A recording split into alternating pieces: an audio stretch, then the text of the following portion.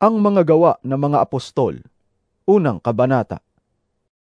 Mahal kong Teofilo, sa aking unang aklat ay isinalaysay ko ang lahat ng ginawa at itinuro ni Jesus buhat sa pasimula hanggang sa araw na siya'y umakyat sa langit. Bago siya umakyat, sa pamamagitan ng kapangyarihan ng Espiritu Santo, ay nag-iwan siya ng mga bilin sa kanyang mga apostol na kanyang hinirang. Sa loob ng 40 araw, pagkatapos ng kanyang pagkamatay, nagpakita siya sa kanila at sa pamamagitan ng maraming katibayan ay pinatunayan niyang siya'y buhay. Nagturo siya sa kanila tungkol sa paghahari ng Diyos. Samantalang siya'y kasama pa nila, pinagbilinan sila ni Jesus. Huwag muna kayong aalis sa Jerusalem.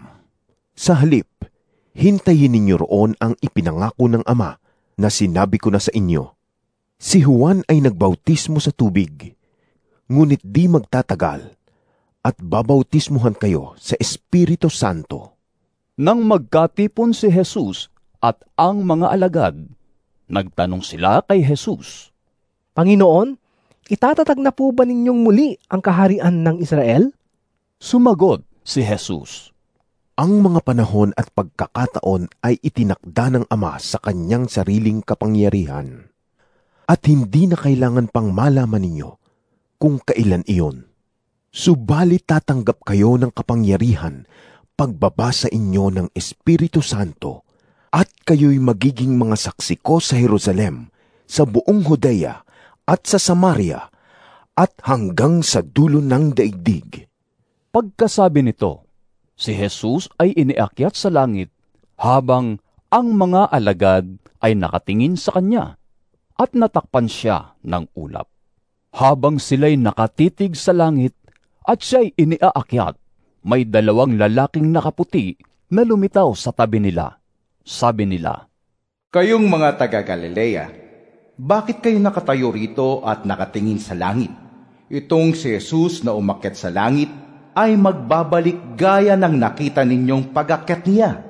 Nagbalik sa Jerusalem ang mga apostol, buhat sa bundok ng mga Olibo, na halos 1 kilometro ang layo sa lungsod.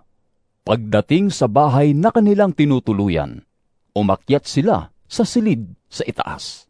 Sila ay sina Pedro, Juan, Santiago, Andres, Felipe, Tomas, Bartolome, Mateo, si Santiago na anak ni Alfeo, si Simon na makabayan, at si Judas na anak ni Santiago.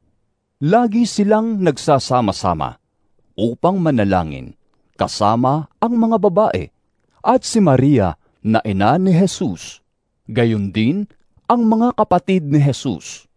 Makalipas ang ilang araw, nang nagkakatipon ang may 120 mga kapatid, tumayo sa harap nila si Pedro at nagsalita, Mga kapatid, kailangang matupad ang sinasabi sa kasulatan na ipinahayag ng Espiritu Santo sa pamamagitan ni David tungkol kay Judas na nanguna sa mga dumakip kay Jesus. Si Judas ay kabilang sa amin at naging kasama namin sa paglilingkod. Ang kabayaran sa kanyang pagtataksil ay ibinili niya ng lupa.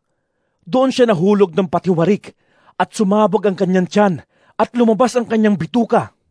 Nabalita iyon sa buong Jerusalem. Kaya nga't ang lupang iyon ay tinawag na Akeldama sa kanilang wika, na ang kahulugan ay bukid ng dugo. Sinabi pa ni Pedro, Nasusulat sa aklat ng mga awit, ang tirahan niya'y tuluyang layuan at huwag ng tirhan ninuman.